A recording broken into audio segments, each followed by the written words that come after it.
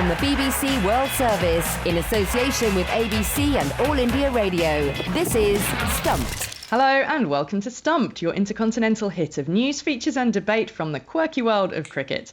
I'm Alison Mitchell in London, where I can tell you my body is aching because I played my first game of cricket in some 4 years yesterday. Although I don't really know why it's aching because I only bowled one over and then batted for about 4 balls. Jim Maxwell here in Sydney. And not too much going on here, but we've been watching what's been happening in Sri Lanka, where Australia have had some good and bad moments, I suppose. And we're looking forward to things eventually rolling as we head towards the season now that the schedule of Big Bash has been announced. And we know we're going to have the West Indies and South Africa here for some test matches. Well, I'm Charu Sharma from Bangalore once again. I just reached home after a wonderful trek in Kashmir where it was raining off and on, but it's probably raining more in Bangalore back at home. But of course, I returned to a whole lot of cricket in England. The Indian team is there, where England seems to be playing white ball cricket in red ball matches, but in white ball matches seem to have lost the plot, and India are doing pretty well. It was extraordinary at the Oval, wasn't it? England don't have much of a turnaround time, this short 3-match series, but goodness me, India just absolutely marmalised England, and they rather gave it away, didn't they, with the bat. But brilliant bowling from Bumrah. But I tell you what, it's going to be in Sri Lanka where we start this week's show, because a few weeks ago here on Stumped, we heard about the political and economic crisis within the country ahead of Australia's tour. And amid the unrest that continues, well, the men's cricket side provided some momentary joy for its people with one of the greatest test victories for them this week. Yes, Sri Lanka had lost the first test of the Warne-Muralitharan Trophy. That's the name of the series between Sri Lanka and Australia in tests. But they bounced back with a stunning win against the Aussies to draw the series. There was a double 100 from Dinesh Chandimal that carried them into a huge lead. Prabhat Jayasuriya then completed the best figures by a Sri Lankan on-test debut on the bowling front. He bagged a 12-wicket haul, and Sri Lanka won by an innings and 39 runs with time to spare on just the 4th evening. Charu, I mean, goodness, that was a little bit of magic from Sri Lanka during a crisis, wasn't it? A phenomenal performance. It seems almost ridiculous what the country is going through, sadly, just outside the stadium. And here are people playing inside the stadium who have to somehow keep themselves oblivious of everything that's going on outside. So it's mentally, psychologically a very tough ask for Sri Lanka to have done what they did, considering what's happening to the country. And yes, I mean, it's magnificent because Australia are the toughest competitors anywhere, anytime around the world. And for Sri Lanka to bounce back despite everything that was going on, I think they're extraordinary. I mean, you have to 3x their effort because you cannot, as a Sri Lankan, keep your mind away from what the country is going through. And yet they managed to do that. To score a double 100, can you imagine the kind of concentration required? Yeah, Jim, I mean, on the other side, yeah, Australia capitulated, didn't they? They might have won that first test inside 3 days, but all out for 151 in their second innings. What went so wrong for them? Well, they probably mucked the game up on the second day when they resumed at 5 for 298 and got shot out for 364. Went over 400 with Smith going the way he was and no more support in the tail. He was there on 145 at the end. And then a combination of factors. It wasn't their best performance in the field.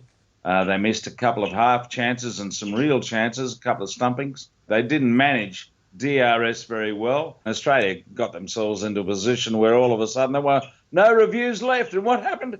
Chandimal nicked one, and there was nothing they could do. It was a pretty tired performance on the look of their second innings. Australia got themselves into a rhythm that they couldn't stop against the turning ball, and they didn't handle it very well.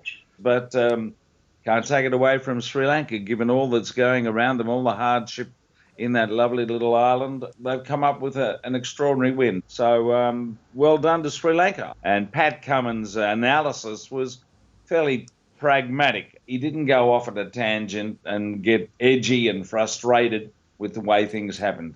And I think composure that he shows, whatever occurs, is something that's going to stand him in good stead. Charu, let's just talk about Prabhat Jayasuriya. I mean, it's a remarkable story for him, isn't it? He wasn't even in the squad at the start of the series, and yet, he turned out to be the star of the show. Talk about grabbing opportunities with both hands in both the innings. Yeah, you're right. I mean, Praveen Jayavikrama and Jeffrey Van der Say were both ruled out, and in comes in Prabhat with a very famous surname in Sri Lanka, Jayasuriya. And, well, spinners have always done very well in Sri Lanka. That's the way they prepare their pitches. That's their legacy, their tradition as well. And they did extremely well to pick up 12 for in your first test. I mean, remarkable, of course, but it also puts a little bit of pressure on him to perform hereafter outside of Sri Lanka. We'll see how that goes. I think it's the quality of the batsman that he took with the ball, which is important. I mean, you talk about Labuschagne, Steve Smith, Khwaja, batsmen in great form. And if you can bamboozle them, get their wickets all together, it just shows the quality that you have. He maintained great line and length, didn't do anything particularly special. But let's take nothing away from a fabulous debut, and he'll remember it forever. I hope he's got the ball safely tucked away in some safe. Stumped on the BBC World Service. Well, next on Stumped, the Federation of International Cricketers Association, or FICA as it is known, plays a very important role in cricket around the world. Since it was created back in 1998, it's served as the voice of the players internationally. It protects their rights and interests during a time when they're being asked to play more cricket than ever before. It now has a new president, and a first female president at that, former Australia captain Lisa Sthalekar. And Lisa is with us on Stumped. Welcome, Lisa, and congratulations on the role. Tell us first of all then how it was that this role came about for you. Well, I've been involved in the Players Associations for a while. Obviously, the Australian Cricketers Association, I was sat on the board there for a number of years. And then there was an opportunity for a female to be part of FICA as well. So I sat on their board as an independent for about 4 to 5 years, and actually was in Dubai when the chairman and the CEO kind of pulled me aside and said, look, we think we need a new president and we'd love it to be you. And I said, surely there's someone better. But after a bit of convincing and talking through, the guys explained that, this was the way forward. Women's cricket is part of the game now. And probably my role as president just shows how the game has evolved and changed, that women can be part of the game at the highest level, even in administration, and play an important role to the development of the game. Tell us a bit about FICA and how it actually helps the players. It's the international body of all of the players' associations that exist within cricket.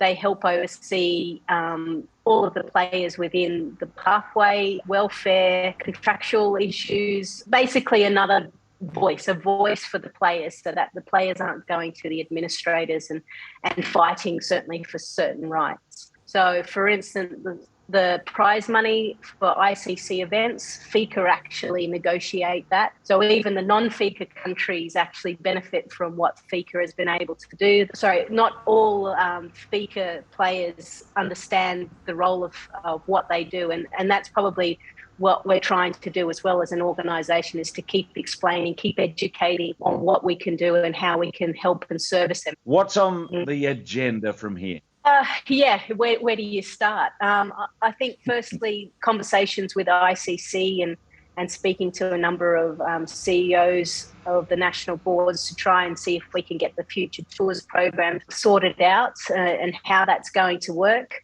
We've seen in Australia, Jim, South Africa have pulled out for a T20 league. So that's potentially going to be something that we see more often. Where does bilateral cricket fit in?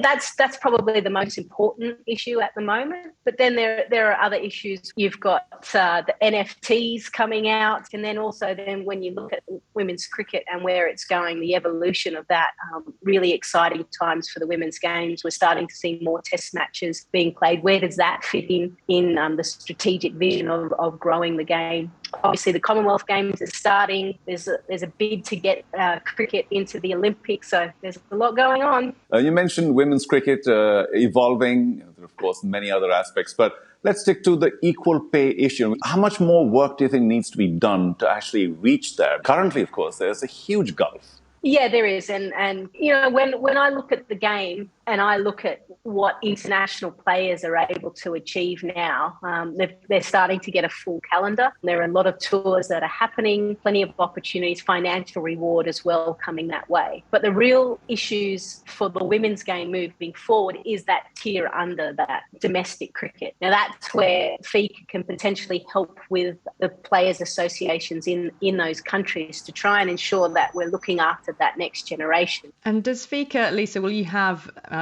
these conversations all the time anyway, but that voice with the ICC as well and the Women's Committee? I'm just thinking to Greg Barclay's comments recently, the ICC chair, about women's tests not necessarily being a big part of the landscape going forwards.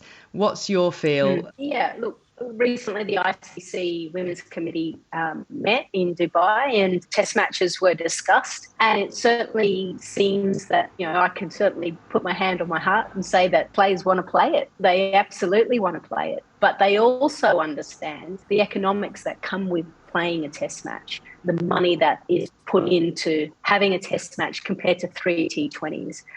So there has always been a trade-off with women's cricket, and players have always been quite aware of the fact of how much should we ask for one thing and how will that affect other formats within the game. There's no denying that T20 internationals are the way forward in growing the game globally. That is a no-brainer. And the amount of countries that are picking up the game and playing the shortest format is amazing. It's great to see. And if we're going to go into an Olympics, T20 cricket is the way forward. So the players understand that, but there is a feeling amongst the players, and I think around some national boards as well, that for those that can afford it, for those that feel that there is time in the calendar to showcase women's test cricket is a good thing. And I think we'll start to see a few more tests pop up. Now, Greg, I don't think it's in the ICC strategy, and I don't know if it should be as yet because we're still trying to grow the game. So the focus should still be T20 cricket. We've got to remember that it's a huge ask we're asking the players. They don't play any multi-format domestic cricket. They play one warm-up game before a test match, and then we throw them in and we expect it to be entertaining 4 days of cricket. It is a huge ask that we are asking our players, something that I don't think we'd ask our male players. So where certain boards go in putting a longer multi-format domestic competition in, we'll have to wait and see. But I still think we're a little bit of way away from having multi-format domestic competitions around the world. Lisa, thank you so much for chatting with us today. It's great to hear your take and where you want to take the game forward. Congratulations on the role and good luck going forwards. Thanks, guys. So Lisa Sthalekar, Yes. former Australia international and now the new president of FICA, the International Players Association. From the BBC World Service, this is Stumped on All India Radio. Now, finally on Stumped this week, the Men's T20 World Cup starts in less than 3 months, a competition where the world's top cricketers will be aiming to knock the ball right out of the ground.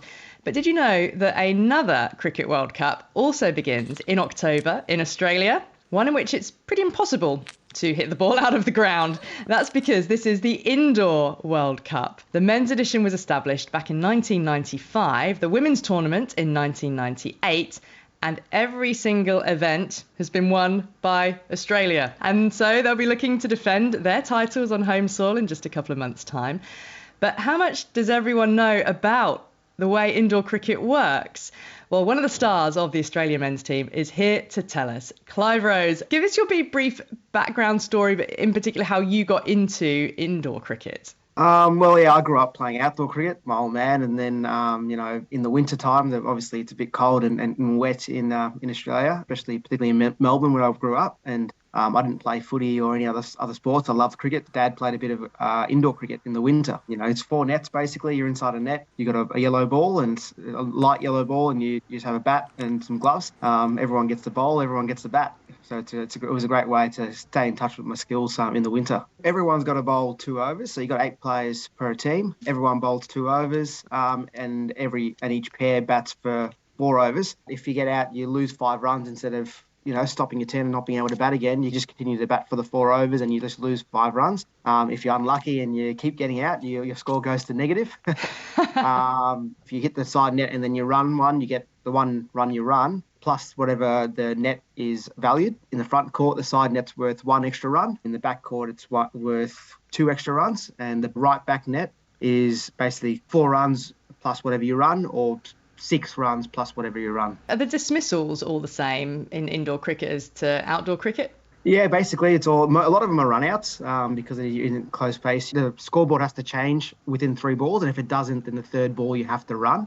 Right. And the only different rule that's in indoor cricket than not in outdoor is the hesitation rule, which is basically on the 3rd ball. If the non-striker stops running, then it's basically you're automatically out. The non-striker has to run to the striker's end. But other than that, all the other rules are the same. Catches. There's a few more man-cads in indoor cricket because, you get non-strikers cheating and then trying to get down the other end a little bit quicker than they should be. But basically all the same. And so what about then you were talking about the ball bouncing off the net and then being fielded and then achieving run-out? So at what point does the ball become dead? Once the ball's been deemed, controlled by the fielder, and once the ball gets thrown, then it doesn't matter if it hits the net or not. But off the bat, if it hits the net, the ball can hit the net on the full and get caught. You can get caught that way. As long as it doesn't hit the ground. So you don't get the runs if you hit the ball into the net on the full, but then it's caught. You don't get the runs at all. You're just out. You don't get anything. You just lose 5 runs. Wow, that's a tough gig. Well, Clive, I've got to ask you, you mentioned, Alison, that every single World Cup has been won by Australia. What makes you guys so superior? Because other nations too could, I suppose, play a good game indoors. I guess with any country, if the support networks and the organisation of the sport is good, then the players tend to get better and better. And I think that's what Cricket Australia has done for indoor cricket at the moment. It's the first time Cricket Australia is going to fully fund the men's and women's Opens World Cup team. In this World Cup. Previously, they've had to pay to play, I guess. So I think we're getting more and more support. I feel like the sport is growing and hopefully continues to grow, and hopefully some other countries can jump on board as well. Well, look, I think we're all intrigued. I mean, I think we should find an indoor cricket game to go and watch at some point. Clive, good luck for the World Cup. We're going to enjoy sort of following. We'd love to hear how you get on with it. Thanks so much for being with us on Stumped. No worries. Thanks for having me, guys. Hopefully some more people can learn about the sport and get intrigued by it and start playing it wherever they are. Exactly. That is Clive Rose, a former Big Bash cricketer and indoor cricketer for Australia now. Well, that's all we've got time for on Stumped here on All India Radio. Don't forget you can follow us on Twitter. We're at BBCWS Sport and use the hashtag BBC Stumped. And check us out on YouTube as well. Go to the BBC World Services YouTube channel and you'll find us there. Thanks to Charu Sharma and Jim Maxwell, and to all of you for listening. See you next week. Bye-bye. Stumped is a BBC sport production for the BBC World Service in association with the Australian Broadcasting Corporation and All India Radio.